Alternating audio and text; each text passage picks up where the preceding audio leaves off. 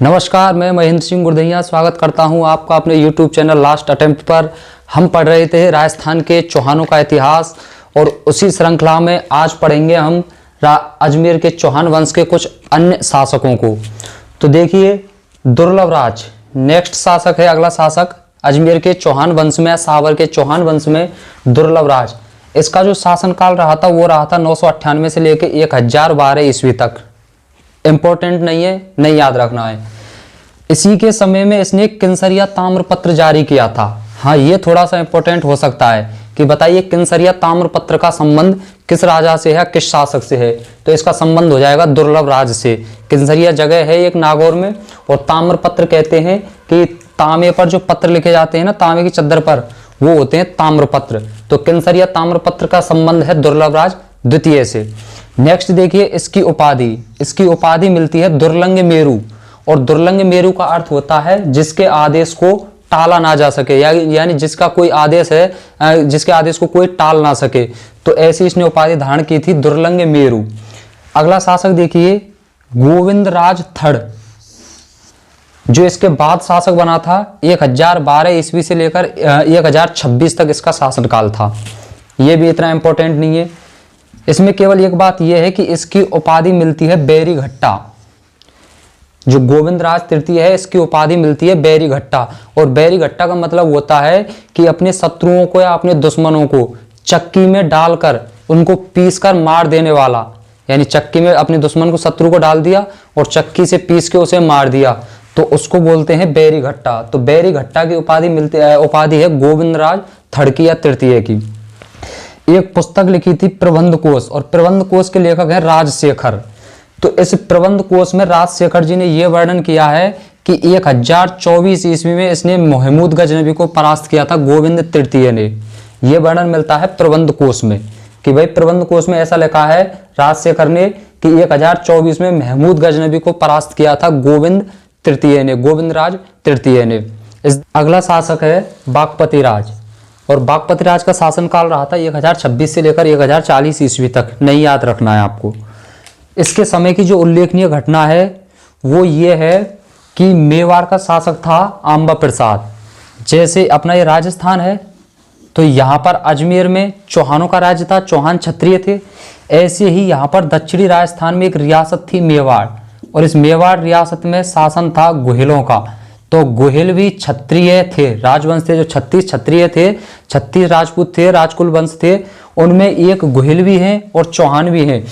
तो इसी मेवाड़ में गुहिल शासक हुआ था आंबा प्रसाद। तो इस आंबा प्रसाद की हत्या कर दी थी छुरी घोंपकर बागपति राज के द्वारा। ऐसा उल्लेख किया है पृथ्वीराज विजय में, और पृथ्वीराज विजय पुस्तक के लेखक हैं जयानक। यानी जयानक ने इस बात का उल्लेख किया है कि बागपति राज ने मेवाड़ नरेश आंबा प्रसाद को छुरी घोंपकर उसकी हत्या कर दी थी। और इस हत्या के बाद ही चौहान और गुहिलों का जो संघर्ष है वो शुरू हो जाता है। और ये संघर्ष किसके समय शुरू होता है? बागपति राज के समय में ये संघर्ष शुरू होता है। इसके समय की यही उल्लेखनीय घटना है। अगला शासक है दुर्लभ राज तृतीय, और दुर्लभ राज तृतीय का शासनकाल है 1065 से लेकर 1070। नहीं याद रखना है आपको ये। इसकी उपाधि मिलती है वीर सिंह, और वीर सिंह का मतलब होता है कि वीरों में सिंह, यानी वीरों में भी सिंह के समान। यानी एक तो सोना और उसमें भी सुगंध। वीर तो है ही है, लेकिन वीरों में भी क्या है, वो सिंह के समान है। इसके समय की एक उल्लेखनीय घटना ये देखने को मिलती है कि जैसे ये अपना राजस्थान, इसके दक्षिण पश्चिम में एक राज्य था गुजरात, वर्तमान में भी है। तो जैसे यहाँ पर सावर में चौहानों का शासन था, ऐसे ही यहाँ गुजरात में सोलंकियों का शासन था। यानी सोलंकी यानी चालुक्य। ये भी तो अग्निकुंड से निकले थे ना, चौहानों से पहले। तो चालुक्यों का शासन था, और उस समय चालुक्यों का शासक था कर्ण। गुजरात के चालुक्यों का शासक था कर्ण। इस कर्ण को पराजित किया गया था दुर्लभ राज के द्वारा। ऐसा उल्लेख मिलता है प्रबंध कोश में। प्रबंध कोश, और इस प्रबंध कोश पुस्तक के लेखक हैं राजशेखर। तो राजशेखर ने इस बात का उल्लेख किया है कि जो इसमें इस बात का उल्लेख किया है कि दुर्लभ राज के द्वारा चालुक्य नरेश कर्ण को पराजित किया गया। पराजित करने के बाद उसको अपने राज्य लेके आया अजमेर, और अजमेर में लाने के बाद उससे अजमेर के बाजारों में मट्ठा बिकवाया, यानी छाछ बिकवाई, और छाछ बिकवा के उसको अपमानित किया था।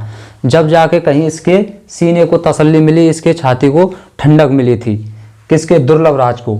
तो इस तरीके से इसने चालुक्य नरेश कर्ण को लेके और अजमेर में छाछ बिकवाई थी, ऐसा उल्लेख किया है राजशेखर ने अपनी पुस्तक प्रबंध कोश में। अगला शासक है पृथ्वीराज फर्स्ट। इसके समय की एक घटना महत्वपूर्ण है कि इसके समय जो गुजरात के चालुक्य हैं उन्होंने पुष्कर पर अधिकार करने के लिए आक्रमण किया, लेकिन पृथ्वीराज ने लगभग 700 चालुक्यों का कत्लेआम करवा दिया था। तो ध्यान रखना है कि पुष्कर किसने, अजमेर के या सावर के किस शासक ने चालुक्यों का कत्लेआम करवाया था पुष्कर में, तो उसका उत्तर हो जाएगा पृथ्वीराज फर्स्ट। इसके समय की बस एक ही यही महत्वपूर्ण घटना है। नेक्स्ट अगला शासक है अजयराज।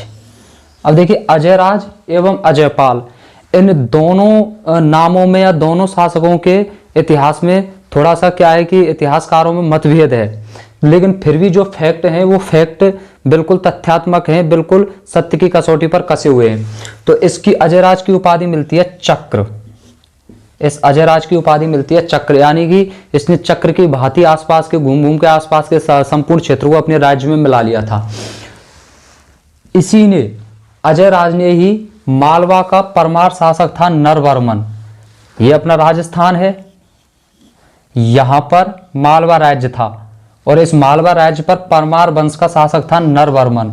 तो इस नरवर्मन को परास्त किया था अजयराज ने।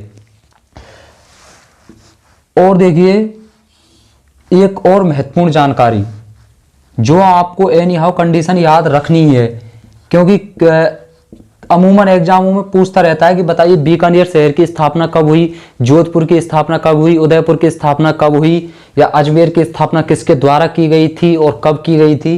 तो 1113 ईस्वी में, देखो मैं बता रहा था ना कि अजयपाल एवं अजयराज इन दोनों और शासकों में के इतिहास में आपस में क्या है, कॉकटेल कर दिया है। तो कुछ इतिहासकार मानते हैं कि अजमेर की स्थापना 7वीं शताब्दी में अजयराज के द्वारा या अजयपाल के द्वारा कर दी गई थी, और कुछ मानते हैं, जो अधिकतर एग्जाम में इसी को सही मानते हैं और अब तक यही माना है, तो आपको भी यही याद रखना है। तो 1113 ईस्वी में अजमेर नगर की स्थापना की गई थी अजयराज के द्वारा, और इससे पहले जो सावर या साकंबरी राजधानी थी, अब चौहानों की राजधानी साकंबरी या सावर से स्थानांतरित होकर अजमेर बन जाती है। तो 2-3 चीज इसमें इंपॉर्टेंट हो जाती है कि अजमेर शहर की स्थापना किसके द्वारा की गई, अजयराज के द्वारा की गई। कब की गई, 1113 ईस्वी में की गई थी। चौहानों की, सावर के चौहानों की सबसे पहले अजमेर राजधानी किसने बनाई थी, अजयराज ने बनाई थी। अजमेर राजधानी चौहानों की किसके समय बनी थी, अजयराज के समय में बनी थी।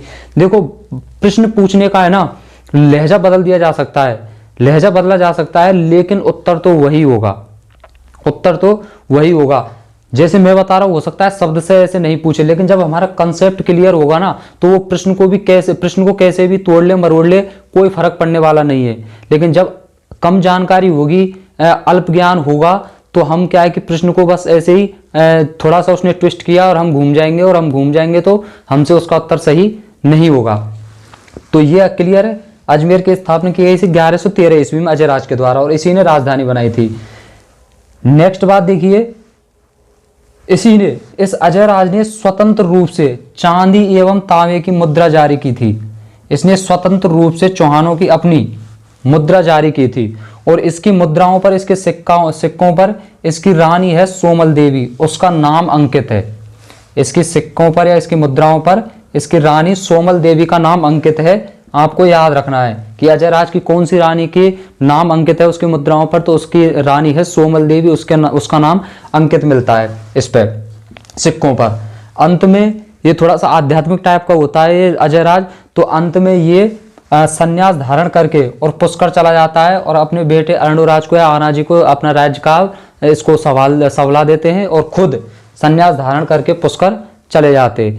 अब कल पढ़ेंगे हम अर्णोराज जी को और नेक्स्ट आने वाले शासकों को। तब तक के लिए धन्यवाद।